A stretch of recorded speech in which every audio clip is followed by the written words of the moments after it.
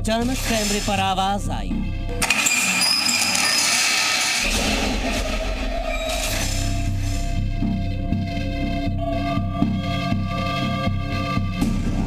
ताकतवर आवाज गूंजी।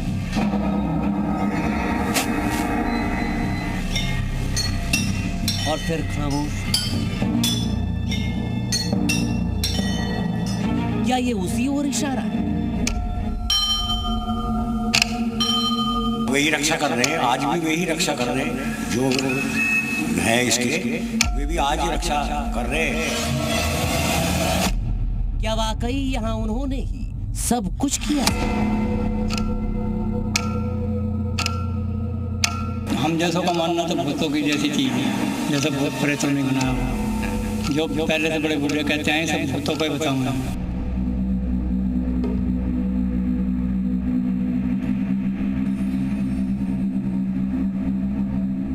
आज जिस मंदिर का रहस्य हम आपको दिखाने जा रहे हैं, उसके निर्माण का श्रेय तो दिया जाता है भूतों को। लेकिन कैसे मान ले? इस लोक से पार भी कोई शक्ति है जिसका वजूद इस मंदिर के वजूद से जुड़ा है।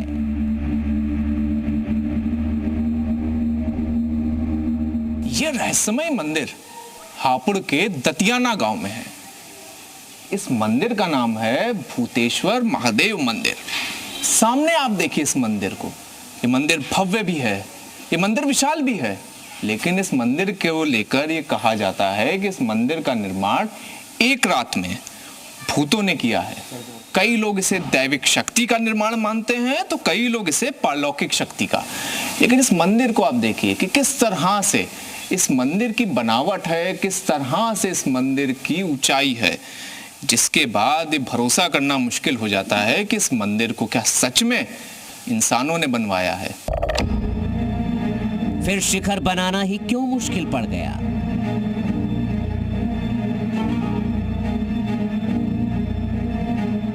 जैसा बनाने वाले बनाने लगे और सुबह को किसी बड़ी बूढ़ी ने, ताई चाची ने कोई चक्की पक्की चला दी और 4 बज गए तब वे लोग इसे छोड़ के चले गए। कोई कहता है 1000 साल पुराना है, कोई कहता है युधिष्ठिर और अर्जुन के समय का साक्ष्य है। बहुत पुराना मंदिर है और जब से है भाई ऐसा ही है, नहीं कहीं दरार आई ना कुछ आई, जो भी है ऐसी है। आस्था के साथ रहस्य, रोमांच और खौफ की जुगलबंदी। हापुड़ का भूतेश्वर महादेव मंदिर। महादेव अवघड़दानी, शिवशंकर का ऐसा मंदिर, आखिर भूतों का इससे क्या लेना देना? कैसे बनाए गए, कहां से ईंटें लाए, कैसे उन्होंने करा, उस वक्त का, उस समय का कोई व्यक्ति है नहीं जिसका इतिहास न किताबों में है न ज़हनियत में। आखिर वो कौन है जिसने ऐसा मंदिर बना दिया, जिसके निर्माण की कहानी आज भी अबूझ पहेली बनकर इन फिजाओं में तैर रही है।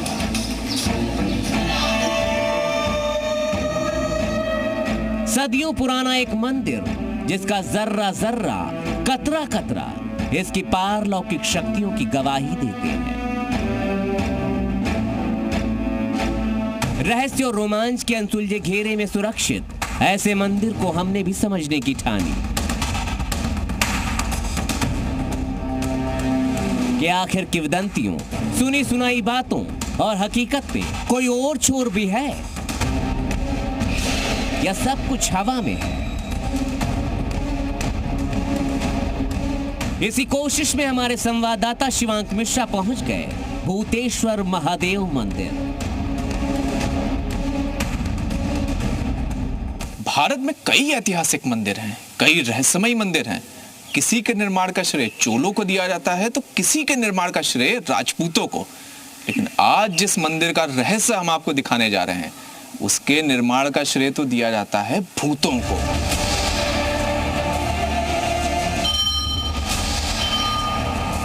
लेकिन क्यों और कैसे, किस लिए और एक रात में कैसे बना दिया? भूतों ने ही आखिर क्यों बनाया, हमें यकीन करना मुश्किल था।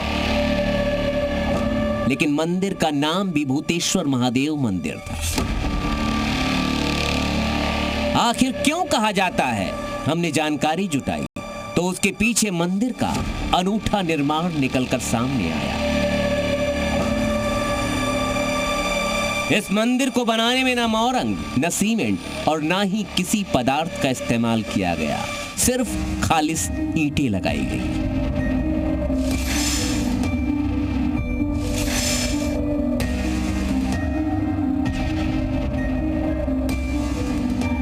भूतेश्वर महादेव मंदिर की पारलौकिक शक्तियों की कहानी का सबसे बड़ा कारण है मंदिर की बनावट।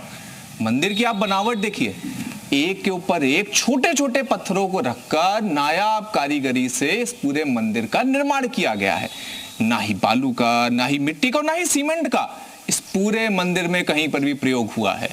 यानी ये जो ईंटें हैं ये एक के ऊपर एक रखी तो हैं लेकिन चिपकी नहीं हैं, और इतने हजार सालों के बाद भी इन ईंटों को कोई हिला नहीं पाया है। इसी वजह से लोगों का ये मानना है कि ये जो मंदिर है इसे इंसान तो नहीं बना सकते, या तो किसी दैविक शक्ति ने बनाया है या फिर किसी पारलौकिक शक्ति ने, जिसकी वजह से इसके निर्माण का श्रेय एक रात में भूतों को दिया जाता है।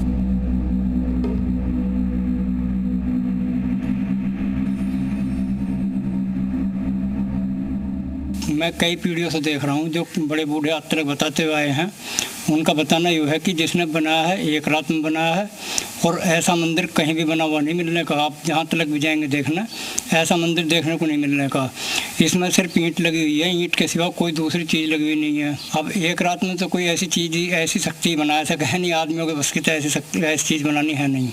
कोई ना कोई विशेष चीज़ है जिसने इसे एक रात में बनाया होगा। हम जैसों का मानना तो भूतों की जैसी चीज़ है, जैसे भूत प्रेतों ने बनाया हो। जो पहले से बड़े बूढ़े कहते हैं सब भूतों को ही बताऊँ हैं।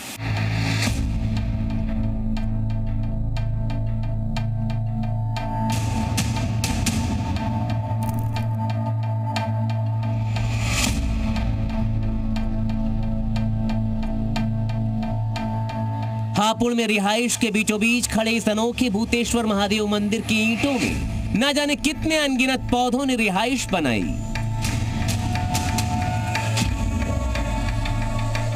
ऐसी रिहाइश मंदिर को ना जाने कितनी बार परेशान कर चुकी होगी, लेकिन सदियों पुराना यह मंदिर आज तक नहीं दरका।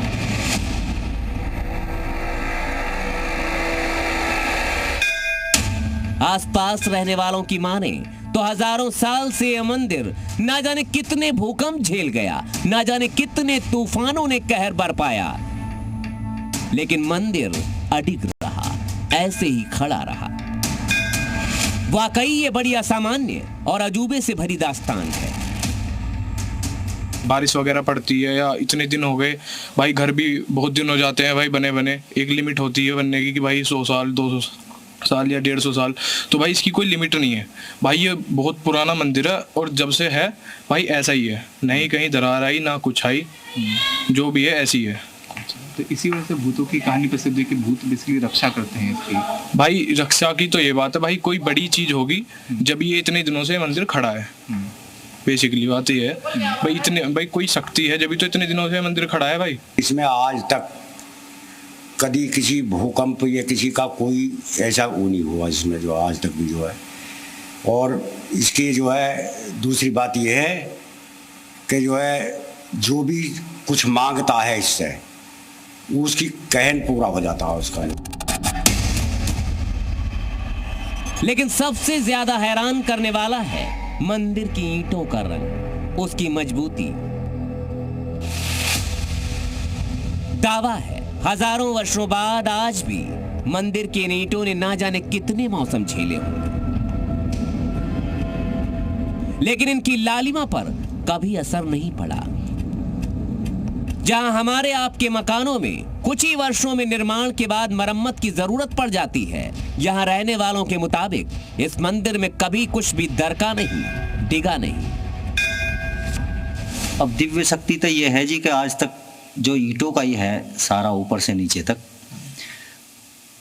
मैं भी इस बात को सोचता हूँ कभी कभी बैठ कर कि ईंट का कलर भी खराब नहीं हुआ आज तक। आप मकान में ईंट लगा के छोड़ दो तो वो भी कभी ना कभी काली पड़ जाएगी, 4 साल में 10 साल में। लेकिन हमारे मंदिर को तो 5,500 वर्ष हो गए शंकर भगवान को स्थापित हुए, आज तक ईंट का कलर भी खराब नहीं है। तो ये तो शक्ति का ही है जी। और हमने भी कभी कभी मतलब हमें भी अलौकिक शक्ति जो हमें महसूस होती है। अच्छा, महसूस होती है। कोई ऐसी घटना बता सकते हैं? घटना यही है जी, हमारे क्षेत्र में कोई आपदा नहीं आई आज तक। कितना ही कोई बारिश हो, तूफान हो, कुछ भी हो, कोई आपदा नहीं। अलौकिक शक्तियां सुनने में जितनी लुभावनी होती हैं, उनसे साक्षात्कार उतना ही दुर्लभ माना जाता है। हमने इस दावे को खंगालने की तैयारी की। इसके लिए मंदिर के गर्भगृह तक पहुंचे।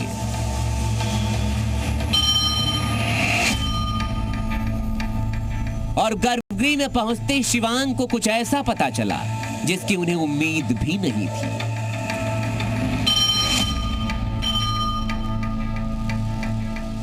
जैसे मंदिर के भीतर हमारे चरण पड़े हैं, ऐसा लग रहा है कि मंदिर में कुछ शक्ति है जो हम लोगों से बात कर रही है, जो हमें रास्ता दिखा रही है, जो शक्ति हमें आदेश दे रही है। और ये सिर्फ हमारी कहानी नहीं, मंदिर में आने वाले भक्तों से लेकर मंदिर के पुजारी पंडितों की भी यही कहानियां हैं।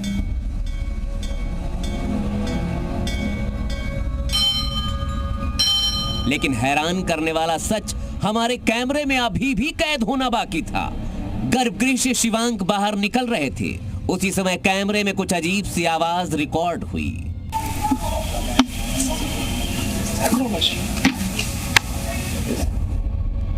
यह आवाज हमारे कैमरामैन विक्रम सोमवंशी के लिए चौंकाने वाली थी, क्योंकि विक्रम का कैमरा ना तो हिला था और ना ही वहां कोई हरकत हुई थी, न कोई खड़ा था।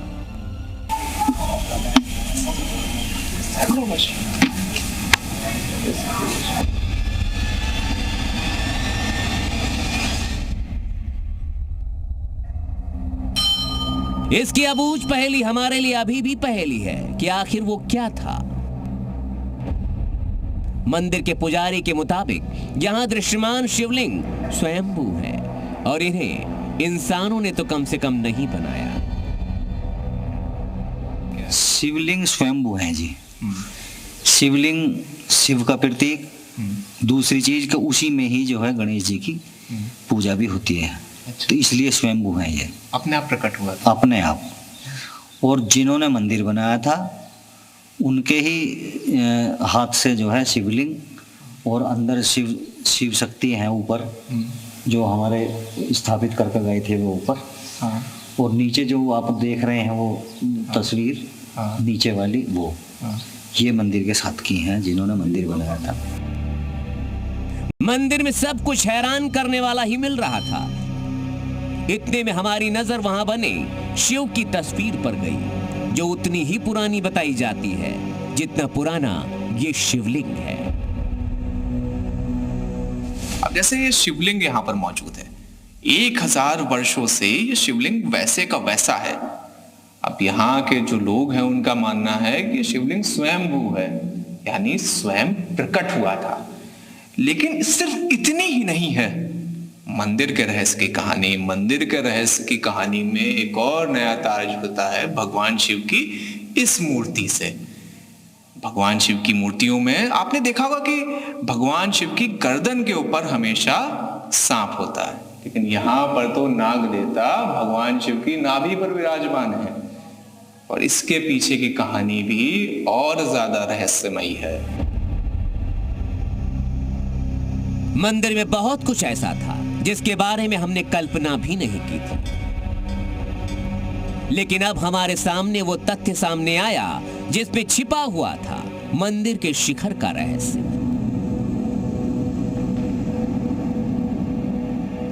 इसकी पड़ताल के लिए हम मंदिर के पास रहने वाली बुजुर्ग महिला के घर पहुंचे, जो उस वक्त भी घर में चक्की चला रही थी। जैसा कि किंवदंतियों में दावा किया जाता रहा है इस मंदिर को लेकर। जैसे इस वक्त ये माता जी चक्की चला रही हैं, आटा पीस रही हैं, आज से हजारों वर्ष पहले कुछ ऐसे ही सुबह के समय चक्की चल रही थी, आटा पिस रहा था और उसकी आवाज सुनते ही भूत भाग उठे, जिसके बाद जो मंदिर का शिखर है वो नहीं बन पाया। माता जी क्या कहानी थी? यही कहानी थी? यही कहानी थी बेटा। हाँ। जब चक्की चलाई थी बुढ़िया ने, तो जब भूत भाग गए थे। भूत भाग गए, उसी वजह से शिखर नहीं बना। हाँ, फिर गांव वालों ने बनाई।